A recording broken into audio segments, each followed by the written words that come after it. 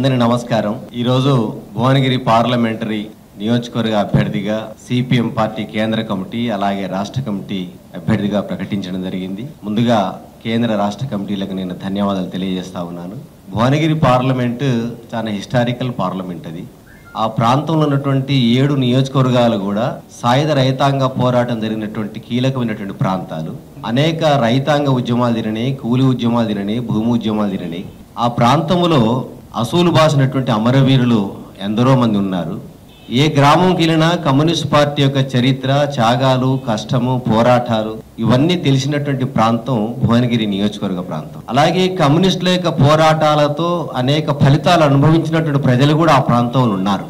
అందుకే కొత్తగా కమ్యూనిస్ట్ పార్టీని ఆ నియోజకవర్గంలో పరిచయం చేసే అవసరం లేదు. అందుకే ప్రతి గ్రామంలో ఏ పుట్టను అడిగినా, ఏ చెట్టును అడిగినా కమ్యూనిస్ట్ పార్టీ చరిత్ర గురించి చెప్తున్నటువంటి ప్రాంతం అది.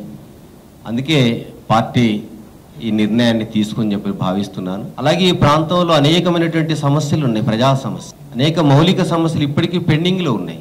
అది సాగునీరు, త్రాగునీరు, విద్య, వైద్యము, ఉపాధి సమస్యలు, కాలుష్యపు సమస్యలు, మూసీ నది సమస్య, వ్యక్తిగత సమస్యలైనటువంటి ఇండ్లు, ఇండ్ల స్థలాలు.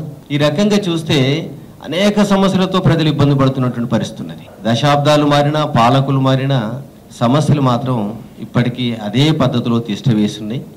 అందుకే ఈ సమస్యలపై సంపూర్ణమైనటువంటి అవగాహన కమ్యూనిస్ట్ పార్టీ మార్క్సిస్టుకు ఉన్నది, ఉద్యమాలు చేసినటువంటి చరిత్ర ఉన్నది. కాబట్టి ఈ ప్రాంతం నుంచి పార్లమెంటుకు సిపిఎం పార్టీ అభ్యర్థిని పంపిస్తే అనేక సమస్యలపై గలమెత్తి మాట్లాడి పోరాడడానికి అవకాశం ఉంది. కాబట్టి భువనగిరి పార్లమెంటుని సిపిఎం పార్టీ అభ్యర్థిని గెలిపించాల్సిందిగా ఈ సందర్భంగా విజ్ఞప్తి చేస్తున్నాను.